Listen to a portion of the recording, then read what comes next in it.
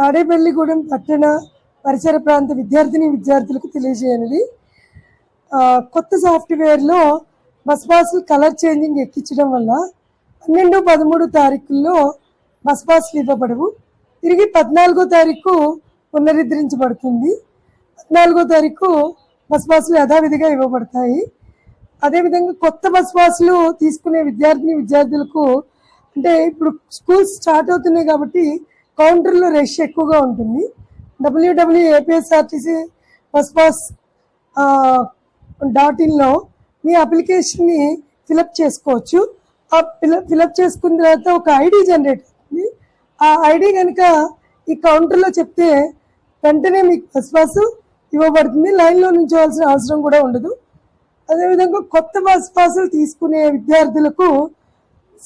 విద్యార్థులకు bona fide certificate, అలాగే application, ఒక 50 రూపాయలు నామినల్ కార్డు ఛార్జెస్ తీసుకుంటాము.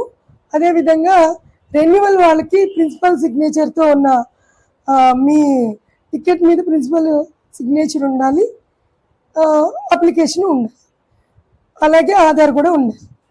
అది సరిపోతుంది. ఈ అవకాశాన్ని విద్యార్థులందరూ తీసుకుని బస్సుల్ని